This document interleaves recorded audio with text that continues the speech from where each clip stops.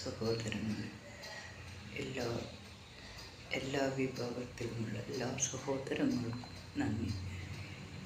ഈ ഒരു വീഡിയോ ഞാനിപ്പോൾ 3ാമത്തെ വീഡിയോ ആണ് ഇടുന്നത്. അടുപ്പിച്ച് ഈ വീഡിയോ ഏറ്റവും കൂടുതൽ ജനങ്ങൾക്ക് എത്തിക്കുവാനും ജനങ്ങളിൽ നിന്ന് ഒരു പ്രതികരണവും ഞാൻ പ്രതീക്ഷിക്കുന്നു. കാരണം ഈ വിഷയം തന്നെയാണ് ഞാൻ കഴിഞ്ഞ വീഡിയോയിൽ ഫസ്റ്റ് വീഡിയോയിൽ പറഞ്ഞത്.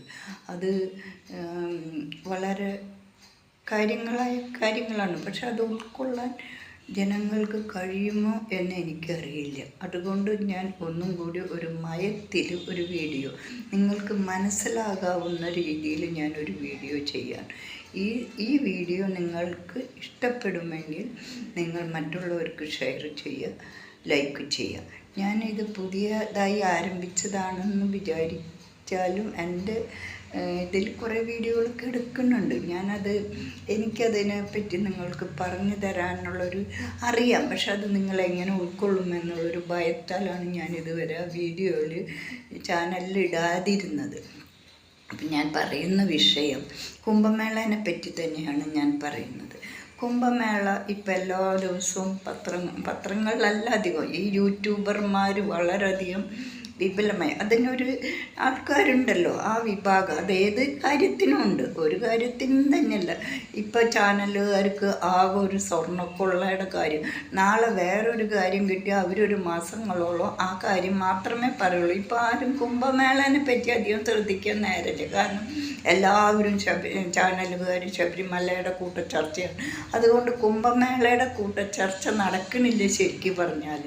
അതായത് പ്രയാഗ് 4 സ്ഥലങ്ങളിലും പോയ വ്യക്തിയാണ് ഞാൻ. ഈ കുംഭമേളയിൽ പങ്കെടുക്കുകയല്ല ചെയ്ത.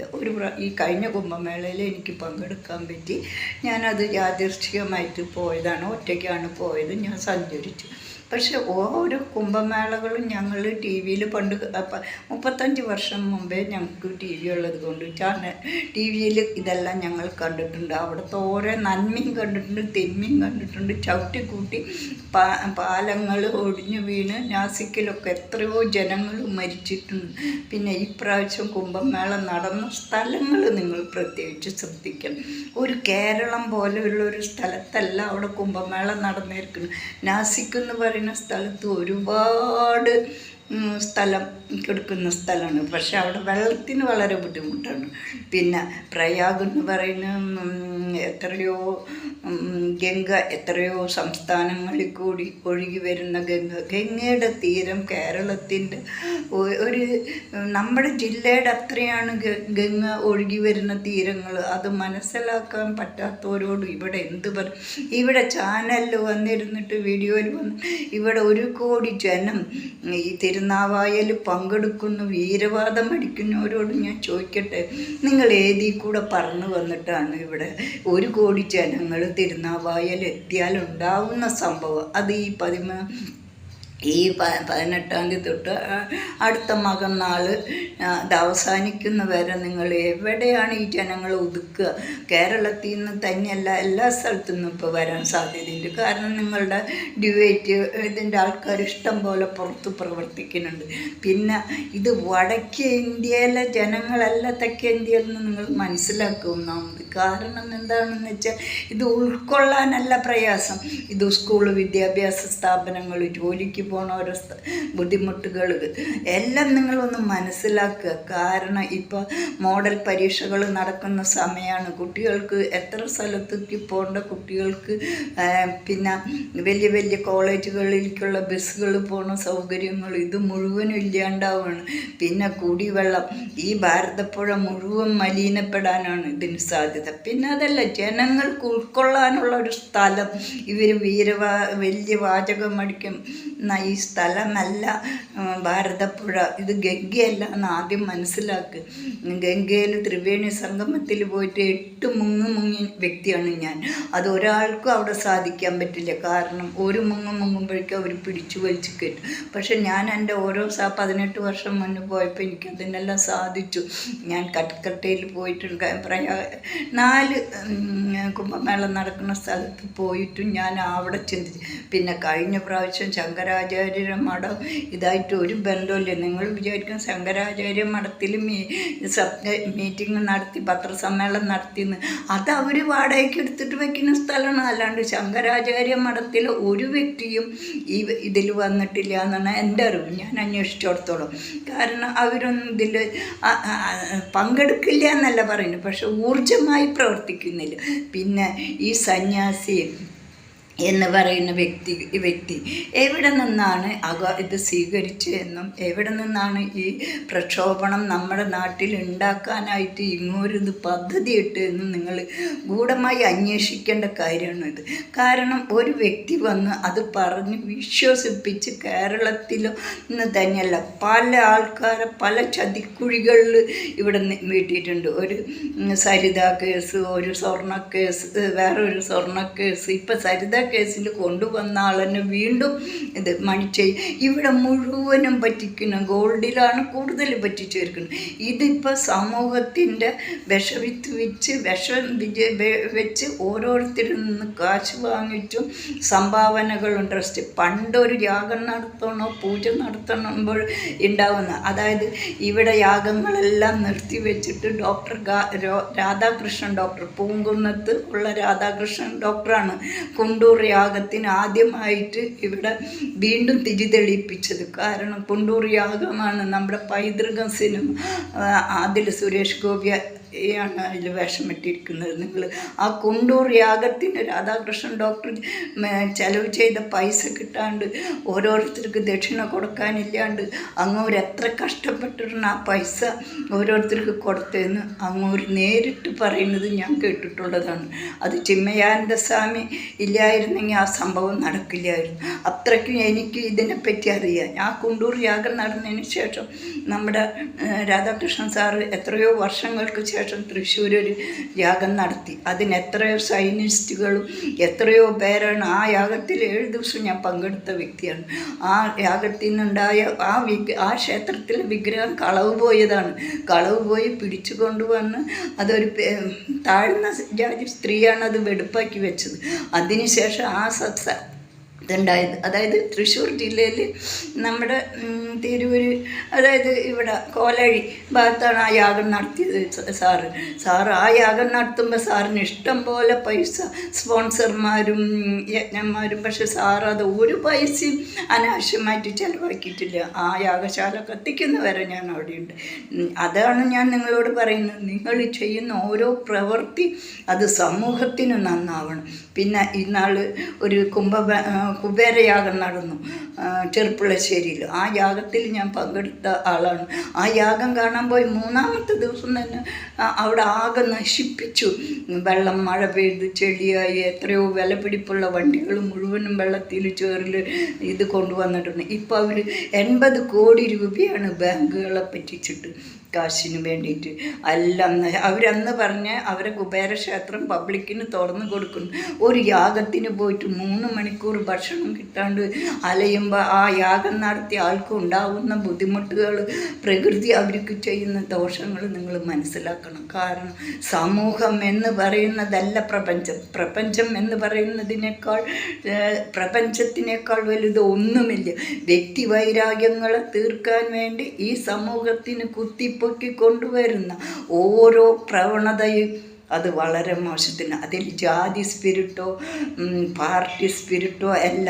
ഹിന്ദു ഐക്യവേദിക്ക് വേണമെങ്കിൽ അവരുടെ ഏറ്റവും പ്രധാനപ്പെട്ട ആൾക്കാർ ഇതിൽ വന്ന് നേരിട്ട് സംസാരിക്കേണ്ടതായിരുന്നു. എത്രയോ ഹിന്ദു പ്രസ്ഥാനത്തിൻ്റെ ഒരു പ്രസ്ഥാനം തന്നെയല്ല, ആ ഹിന്ദു പ്രസ്ഥാനത്തിൽ ഒരുപാട് നേതാക്കന്മാരുണ്ട് ഇവിടെ. അവരാരും ഇതിനെപ്പറ്റി സംസാരിച്ചിട്ടില്ല ഇതുവരെ. നാളെ എന്തെങ്കിലും സംഭവിച്ചു കഴിഞ്ഞാൽ അത് ഗവൺമെൻറ്റിൻ്റെ തലയിലിട്ട് അടിക്കുകയല്ല വേണ്ടത്. കാരണം ഹിന്ദു പ്രസ്ഥാനത്തിൻ്റെ എല്ലാ ജനങ്ങളും ഈ കുംഭമേളയിൽ ശ്രദ്ധയോടുകൂടി കാര്യങ്ങൾ നടത്തേണ്ടതാണ്. അല്ലെങ്കിൽ കുറേ ജീവനും ഇവിടെ പൊലിയും, പിന്നെ മലിനമായി പോവും ആ സ്ഥലം. പിന്നെ മനസ്സാണെങ്കിൽ അതിനെല്ലാം വലിയ മലിനപ്പെട്ട ഒരു മനസ്സ് വെച്ചിട്ടുണ്ട് ഈ പ്രവൃത്തി ചെയ്യുന്നത്. ഈ വ്യക്തി എത്രത്തോളം ചെറുപ്പത്തിലെ വിദ്യാഭ്യാസത്തിൽ പഠിക്കുന്ന സമയത്ത് എത്രയോ സമരങ്ങൾ നടത്തിയോ ആ വിദ്വേഷം മാറാത്തൊരു സന്യാസി രൂപം മാത്രമാണ് ആ മനുഷ്യൻ. അല്ലാതെ ഒരു സന്യാസിയുടെ യാതൊരു ലക്ഷണവും ഈ സന്യാസി വേഷം കെട്ടി വന്നിട്ടുള്ള ആർക്കുമില്ല. എനിക്കിതിനു വേണ്ടി എന്തെന്നെ പ്രതികരിച്ചാലും എനിക്ക് യാതൊരു വിഷമവുമില്ല. കാരണം ഒരു സന്യാസിമാർ സംസാരിക്കുന്ന രൂപത്തിലല്ല ആ സന്യാസി സംസാരിക്കുന്നത്. അങ്ങോട്ട് എവിടെ നിന്നാണ് സന്യാസം സ്വീകരിച്ചതെന്നും എവിടെ നിന്നാണ് ഈ സ്ഥാനം സ്വീകരിച്ചതെന്ന് വേണ്ടപ്പെട്ട ആൾക്കാർ അന്വേഷിക്കേണ്ടതാണ്. കാരണം വിദ്വേഷം പ്രകടിപ്പിച്ച് ഇതൊരു കാശ്മീരിയാക്കാൻ, അതായത് പണ്ഡിറ്റുകളുടെ ആ പ്രസ്ഥാനത്തിന് എന്തൊക്കെ തടസ്സത്തിൽ വന്നു അത് മുഴുവൻ പണ്ഡിറ്റുകളുടെ കുറ്റം കൊണ്ടാണ് കാശ്മീരിൽ ആ പ്രശ്നം വന്നത്. അത് തന്നെ ഇവിടെ വീണ്ടും ആവർത്തിക്കുന്ന സമൂഹത്തിനോട് ഞാൻ ചോദിക്കുകയാണ്, നിങ്ങൾ ഇതിൽ നിന്ന് എന്ത് പഠിക്കും? ഈ ഒരു കുംഭമേള കേരളത്തിൽ വന്നതുകൊണ്ട് നിങ്ങൾ എന്താണ് നേടാൻ പോകുന്നത്? നാളെ എന്താണ് ഈ സംസ്കാരത്തിന് നിങ്ങൾ ഇതിന് വിത്തായിട്ട് കൊടുക്കാനുള്ളത്? അവിടുത്തെ സംസ്കാരം മറ്റുള്ളവരിലേക്ക് എങ്ങനെ നിങ്ങളിത് നടത്തുന്നവരെത്തിക്കും? ആ വിത്താണ് നാളെ മുളയ്ക്കേണ്ടത്. അല്ലാതെ കുന്നായ്മയും കുശുമ്പും പറയാൻ പറ്റാത്ത പോലത്തെ ഭാഷകളല്ല ഉപയോഗിക്കേണ്ടത്. ഈ വീഡിയോ നിങ്ങൾക്ക് പറ്റാവുന്ന എല്ലാവർക്കും ഷെയർ ചെയ്യുക. ഇതിവിടെ ഒരു സംസ്ഥാനത്തിൻ്റെ പ്രശ്നമല്ല, ഒരു സംസ്ഥാനത്തിൽ ജീവിക്കുന്ന മനുഷ്യരുടെ പ്രശ്നമാണ്. ആ മനുഷ്യർക്ക് ഉണ്ടാകാൻ പോകുന്ന ബുദ്ധിമുട്ടുകൾ, അതായത് തിരുനാവായ എന്ന് പറയുന്ന സ്ഥലത്ത് തിരൂരിന്ന് കുറ്റിപ്പുറത്തുനിന്ന് തിരൂർക്ക് പോണ റോഡിന് എത്ര വീതിയുണ്ട്? ഒരു 2 ബസ് വന്നിട്ടുണ്ടെങ്കിൽ അത് തിരിച്ചു പോകണമെങ്കിൽ അവർ സ്ലോ ആക്കിയിട്ട് പോകേണ്ട ഒരു സ്ഥലമാണ്. അതുപോലെ ചമ്മറവട്ടത്തുനിന്ന് വരുന്ന വഴി, ഈ കുറ്റിപ്പുറം പാലം കടന്ന് അപ്പുറത്ത് കൂടെ നമ്മൾ തൃശ്ശൂരിൽ നിന്ന് പോണ വഴി കൂടെ പോയിട്ടുണ്ടാകുന്ന വഴി അത് ഇത്തിരി വീതി കൂടിയ വഴിയാണ്. ഞാനിത് പോകാത്ത സ്ഥലങ്ങളല്ല, കാണാത്ത സ്ഥലങ്ങളല്ല. അതുകൊണ്ടാണ് പ്രിയ സുഹൃത്തുക്കളെ, പ്രിയ സഹോദരങ്ങളെ, പ്രിയ സഹോദരിമാരെ, നിങ്ങളിതിനെപ്പറ്റി പോകുന്നവർ വളരെയധികം ശ്രദ്ധിച്ചു പോവുക. കാരണം ദിവസങ്ങളോളം വഴിക്ക് ബ്ലോക്കാവും. കാരണം കുട്ടികൾക്ക് പഠിക്കാൻ പോകേണ്ട സ്ഥലമാണ്, മനുഷ്യർക്ക് ജോലിക്ക് പോകേണ്ട സ്ഥലമാണ്. എല്ലാ ട്രെയിനും അവിടെ നിർത്തണമെന്നില്ല. എല്ലാം നിങ്ങൾ ആലോചിച്ചിട്ട് കുംഭമേളയ്ക്ക് പോകണമെന്ന് ഞാൻ അഭ്യർത്ഥിക്കുകയാണ്. ഇതിൽ ആർക്കെന്ത് വിദ്വേഷം ഉണ്ടായാലും വിഷമം ഉണ്ടായാലും എനിക്ക് പറയാനുള്ളത് ഞാൻ സമൂഹത്തിനോടാണ് പറയുന്നത്.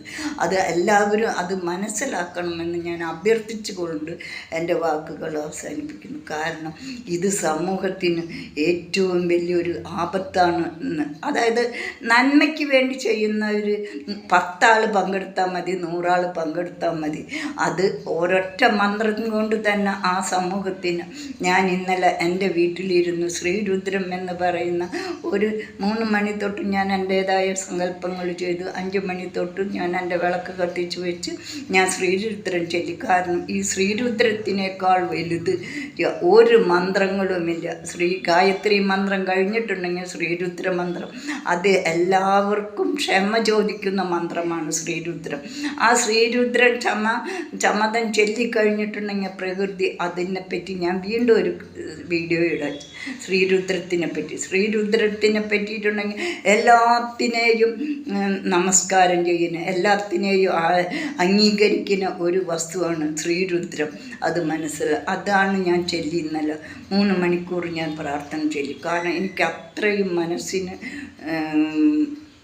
അഗ്നി കോരിയിട്ട് എടുക്കുകയാണ്. കാരണം എനിക്കത് അഗ്നി ശമിക്കണമെങ്കിൽ ഈ കുംഭമേള കഴിയണം. അതായത് കുംഭമാസത്തിലെ ആ മകം നാളിൽ വന്നു കഴിഞ്ഞാൽ എൻ്റെ നാളും മകമാണ്.